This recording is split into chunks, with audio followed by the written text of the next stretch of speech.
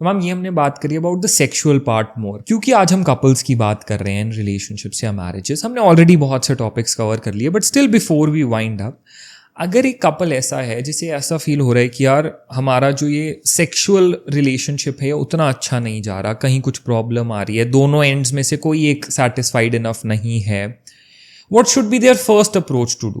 If you feel there is something which is lacking, don't blindly search for podcasts, don't blindly go for any advices on social media. पहले consultations करिए, क्योंकि ये इतना sensitive matter है कि blindly कोई किताब बन के फॉलो करने लग जाना या कुछ देख के फॉलो करने लग जाना गलत है. You go for consultation, you understand the issue and then you say I want to learn it. अब उसके लिए आप किताब पढ़ सकते हो, आप पॉडकास्ट देख सकते हो, आप किसी चीज़ को समझ सकते हो, बट अगर इशू है पहले तो एड्रेस करो and then go to an expert. ये सबसे पहले ज़रूरी है, फिर आप बाकी सब मेथड्स अप्लाई कर सकते हो. अब प्रॉब्लम ये आती है ना, स्पेशली देखो मेन जो होते हैं थोड़े ज़्यादा वोकल होते हैं इन चीज़ों के बारे में. विमेन आर लाइक, अगर वो सेटिस्फाइड फील नहीं भी कर रही, वो उसको कहीं कुछ प्रॉब्लम भी लग रही है, most of the cases they don't speak up, they don't tell to their partner और टू एनीबडी अराउंड. ऐसा नहीं है, female are more vocal these days. They come up and they say it's not happening, it's not going well, because now the era you are, it's a Dhurandhar era. यहाँ पे आप बिना vocal हुए survive ही नहीं कर पाओगे. तो female are also coming, they are talking. हाँ, अब प्रॉब्लम यह है कि डर है कि हम एकदम से डॉक्टर के पास नहीं जाते. हमें लगता है मे बी मेरी रिस्पेक्ट आड़े आ जाएगी या ऐसा कुछ हो जाएगा. तो उसके लिए ही we are coming on podcast, इसके लिए ही सोशल मीडिया पे लोग हैं, that you get aware where to go, whom to talk, whom to believe, where to go for consultations. अब अगर मान लो एक कपल को ऐसी कोई प्रॉब्लम आ भी रही है एक रिलेशनशिप के अंदर, इस सेपरेशन और सोल्यूशन की सीधा ये सोचे कि यार इस इंसान के साथ तो रहा ही नहीं जा सकता.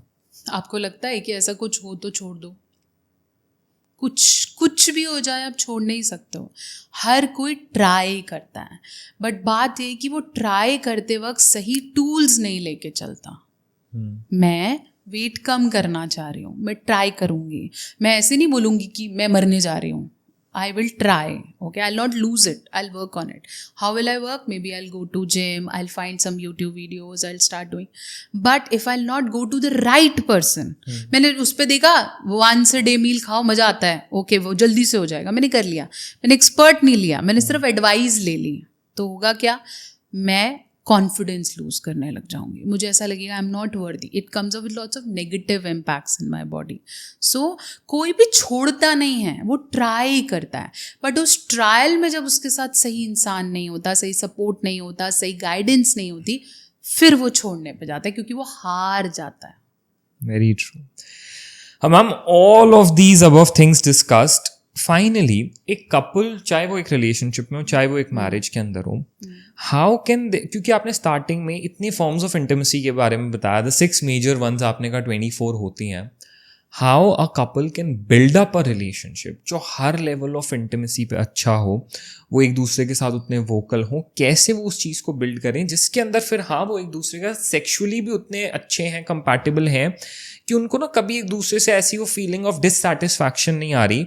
एंड अगर कोई एक पार्टनर कभी अंडर परफॉर्म भी कर रहा है तो वो रीजन ऑफ प्रॉब्लम्स नहीं बन रहा उनके बीच में. जो हमने इस पॉडकास्ट पे चीज़ें डिस्कस करी है ना, वो बहुत इनफ है. अगर कोई अच्छे से ये पूरा देखता है तो उसे समझ में आएगा कि मेरे को किस पर्सपेक्टिव पे काम करना है.